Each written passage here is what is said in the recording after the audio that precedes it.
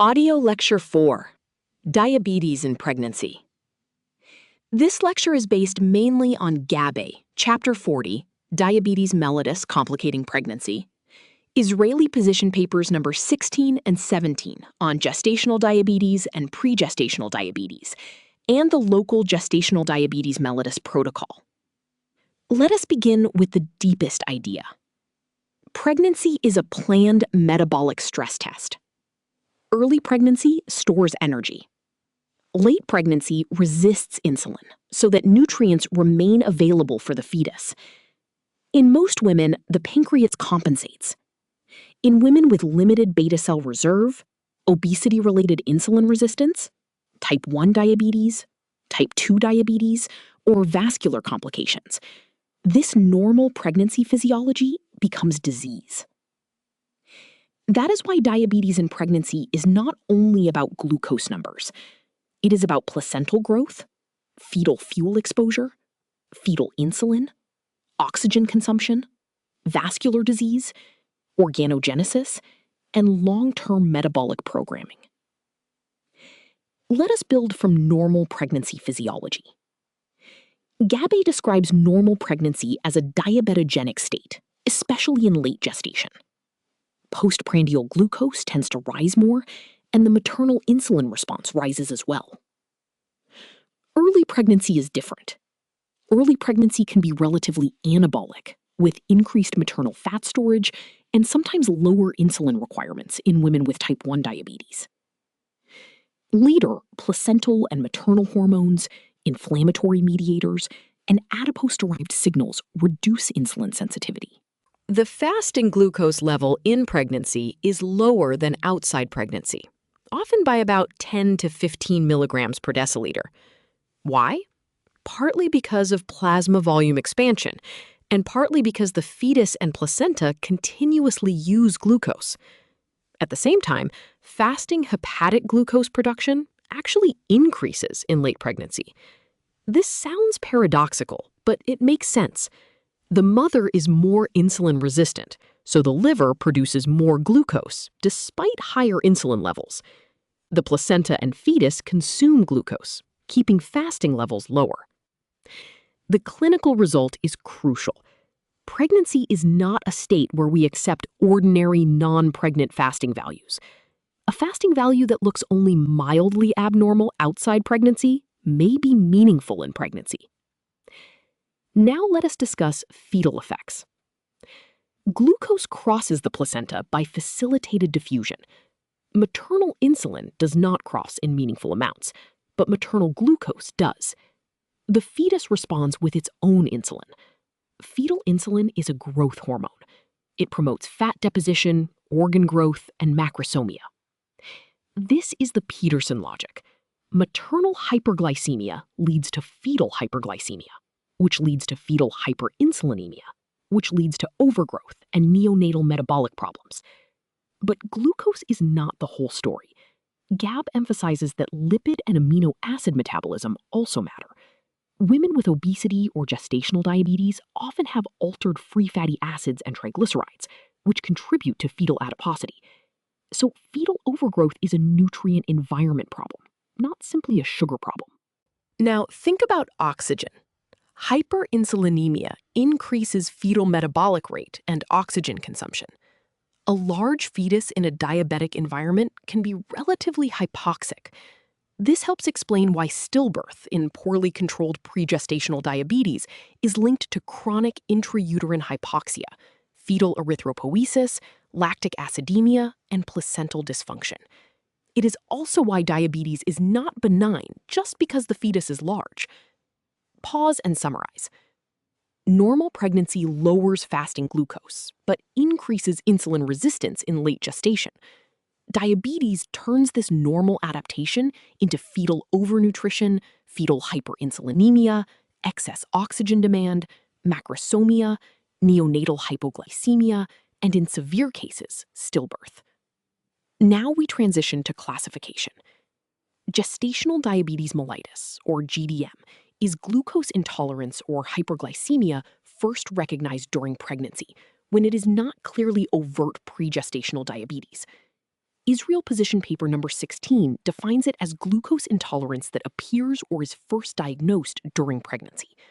The local protocol divides it into GDM-A1, controlled by diet, and GDM-A2, requiring pharmacologic therapy.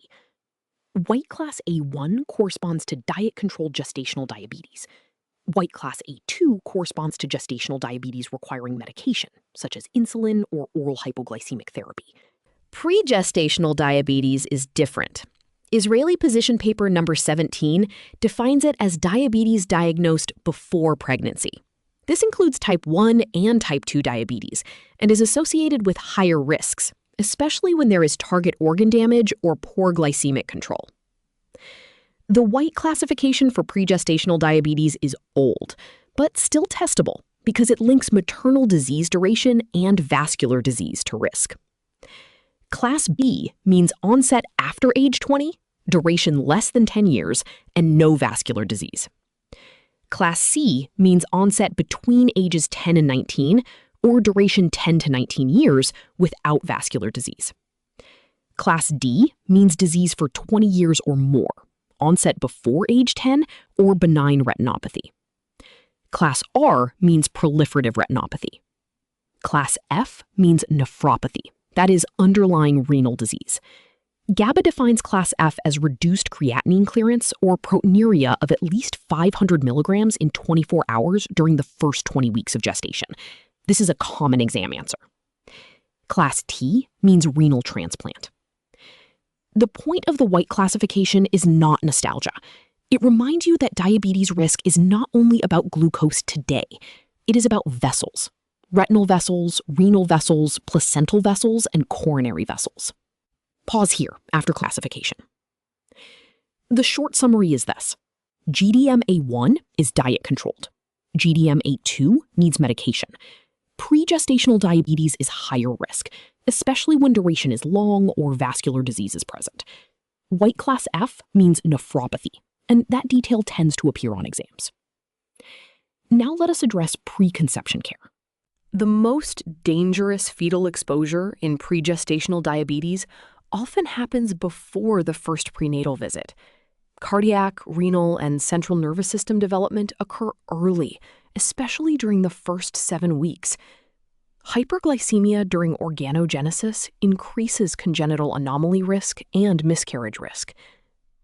Gabby emphasizes that preconception counseling and glycemic optimization reduce malformations. Elevated first trimester hemoglobin A1C correlates with congenital anomalies. The goal is not merely to react once pregnancy is confirmed. The goal is to enter pregnancy already controlled. Preconception care includes hemoglobin A1C assessment, medication review, folic acid, renal evaluation, retinal examination, blood pressure control, and contraception until control is acceptable. Israeli position paper number 17 explicitly recommends discontinuation of ACE inhibitors and ARB medications. Let us dwell on ACE inhibitors and ARBs. Angiotensin-converting enzyme inhibitors, or ACE inhibitors, and angiotensin receptor blockers, or ARBs, are valuable renoprotective drugs outside pregnancy. But in pregnancy, they are contraindicated. They can cause fetal renal dysgenesis, proximal tubular dysgenesis, oligohydramnios, pulmonary hypoplasia, growth restriction, and fetal or neonatal renal failure. The logic is direct. These drugs interfere with the fetal renin-angiotensin system, which is important for renal perfusion and development. Damaged fetal kidneys make less urine. Less urine means oligohydramnios. Oligohydramnios can impair lung development. So the medication that protects the mother's kidney outside pregnancy can injure the fetal kidney inside pregnancy. Now let us talk about diabetic nephropathy. Gabe defines overt diabetic nephropathy by persistent proteinuria in the absence of infection or other urinary disease. In pregnancy, Class F includes proteinuria of at least 500 milligrams per 24 hours before 20 weeks, or reduced creatinine clearance. Severe early proteinuria, especially more than 3 grams per day, and serum creatinine above 1.5 milligrams per deciliter predict worse outcomes, including preterm birth, low birth weight, and preeclampsia. Pregnancy normally increases glomerular filtration rate. Women with diabetic nephropathy often do not mount that normal increase. Proteinuria often worsens during gestation, sometimes into the nephrotic range, and then may improve postpartum. This creates a diagnostic challenge. Is the patient developing preeclampsia, or is nephropathy progressing as expected? Baseline 24-hour urine testing is therefore not administrative busywork. It is the reference point that allows interpretation later. Blood pressure control is crucial. Gabe notes that calcium channel blockers have renoprotective effects similar to ACE inhibitors and do not appear teratogenic, making them a favored option for hypertension in pregnant women with diabetic nephropathy. Labetalol and hydralazine are other options. This is another likely exam point. Diabetic nephropathy in pregnancy, avoid ACE inhibitors and ARBs, consider calcium channel blockers. Now, retinopathy. Pregnancy can worsen existing diabetic retinopathy, especially when retinopathy is present at conception, diabetes duration is long, glycemic control is poor or rapidly normalized, and hypertension is present. This does not mean good control is bad. It means that rapid metabolic shifts in a vulnerable retina can unmask progression. Women planning pregnancy should have a comprehensive eye exam and treatment before conception when needed. Pause here and connect the complications. The major pregestational diabetes complications are congenital anomaly risk from early hyperglycemia, nephropathy, retinopathy, hypertension, preeclampsia, fetal growth problems, and stillbirth risk when control or vascular status is poor. This is why preconception care and baseline organ assessment matter. Now, let us transition to screening and diagnosis of gestational diabetes. Most practices in Israel and the United States use a two-step approach. First, a 50-gram glucose challenge test, or GCT, at 24 to 28 weeks. No fasting is required. If the 1-hour plasma glucose is 140 milligrams per deciliter or higher, the patient proceeds to a diagnostic 100-gram oral glucose tolerance test, or OGTT. In the 100-gram test, after an 8 to 14-hour fast, plasma glucose is checked fasting, then at 1, 2, and 3 hours. The Carpenter and Coustan thresholds are 95, 180, 155, and 140 milligrams per deciliter. Diagnosis is usually made when 2 or more values are abnormal. Israeli position paper number 16 and the local protocol add nuance. A GCT above 200 can define gestational diabetes without further testing in many settings. The local protocol also considers a GCT above 200 plus fasting glucose above 125 or random glucose 200 or above as diagnostic without additional confirmation. One abnormal value on OGTT is not ignored. If risk factors exist, such as polyhydramnios, maternal age over 40, estimated fetal weight over 4 kilograms, or prior GDM, the local protocol supports defining it as diabetes. Without risk factors, further dietary glucose profiling or repeat testing may be used. Pause after diagnosis. For the test, keep the sequence simple. Screen at 24 to 28 weeks with a 50-gram GCT. If abnormal, diagnose with a 100-gram OGTT using Carpenter and Coustan thresholds. A very high GCT, especially above 200, can be diagnostic in many local pathways. Now, treatment. Treatment begins with nutrition and physical activity. This is not because GDM is mild. It is because many cases are driven by postprandial physiology and can respond to meal composition, carbohydrate distribution, and exercise-mediated glucose uptake. Glucose targets commonly include fasting below 95 milligrams per deciliter, 1 hour after meals below 140, and 2 hours after meals below 120. If diet and activity do not achieve targets within a few weeks, pharmacologic therapy is added.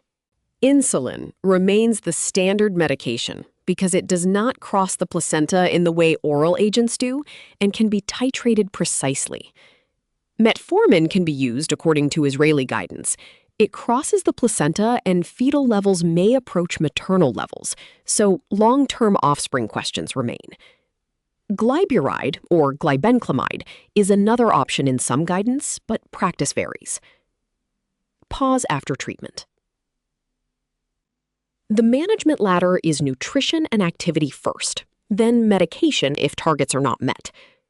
Insulin is the reference medication. Metformin is used in some guidance, but it crosses the placenta, so counseling should be explicit. Now, fetal surveillance and delivery. In uncomplicated diet-controlled GDM, GABA does not routinely institute antepartum fetal heart rate testing because stillbirth risk appears low. Israeli position paper number 16 says fetal monitoring can be considered from 32 to 34 weeks, depending on risk factors, such as medication need, poor control, obstetric history, or maternal disease. For pregestational diabetes, especially with vascular disease or poor control, surveillance is more intensive. Growth ultrasound is important because diabetes can cause macrosomia, but vascular disease can cause fetal growth restriction. This is the paradox of diabetes. Without vasculopathy, the fetus may be overgrown. With vasculopathy, the placenta may underperform. Delivery timing depends on diabetes type, control, vascular disease, fetal growth, and complications. The local protocol suggests 39 weeks for controlled pregestational diabetes without complications. For GDM, well-controlled cases generally should not be delivered early solely for the diagnosis if fetal weight is appropriate and no other risk factors exist. If estimated fetal weight is high, elective cesarean thresholds vary. Israeli position paper number 16 uses over 4,250 grams for gestational diabetes, while the local protocol uses over 4,000 grams in diabetes as its institutional position. Finally, postpartum. GDM is not over at delivery. It is a marker of future type 2 diabetes risk. The local protocol recommends stopping pharmacologic treatment after delivery for gestational diabetes or prediabetes states and performing a 75-gram OGTT at 4 to 12 weeks postpartum. GAB emphasizes that women with GDM have a markedly increased long-term risk of type 2 diabetes, and repeat testing should continue over time. Pause and summarize surveillance, delivery, and postpartum care. Diet-controlled GDM usually has less need for intensive antepartum testing than pregestational diabetes. Poor control, medication use, vascular disease, or abnormal growth raises concern. After delivery, GDM becomes a long-term diabetes prevention issue, not a closed pregnancy chapter. Now, final synthesis. First, pregnancy is a metabolic stress test. Late gestation insulin resistance is normal, but GDM appears when beta cell reserve cannot compensate. Second, fetal risk is driven by fetal insulin. Maternal glucose crosses the placenta. Fetal insulin creates growth, adiposity, neonatal hypoglycemia, and increased oxygen demand. Third, pregestational diabetes is dangerous early. Organogenesis happens before many patients present, so preconception control is critical. Fourth, class F means nephropathy. Proteinuria at least 500 milligrams per 24 hours before 20 weeks is a key definition. Avoid ACE inhibitors and ARBs. Calcium channel blockers are favored by GABI for hypertension with diabetic nephropathy. Finally, GDM-A1 means diet-controlled gestational diabetes. It still matters because it predicts future maternal diabetes and may shape offspring metabolic risk. End of Lecture 4. Pause here before continuing to early pregnancy loss, ectopic pregnancy, and recurrent pregnancy loss.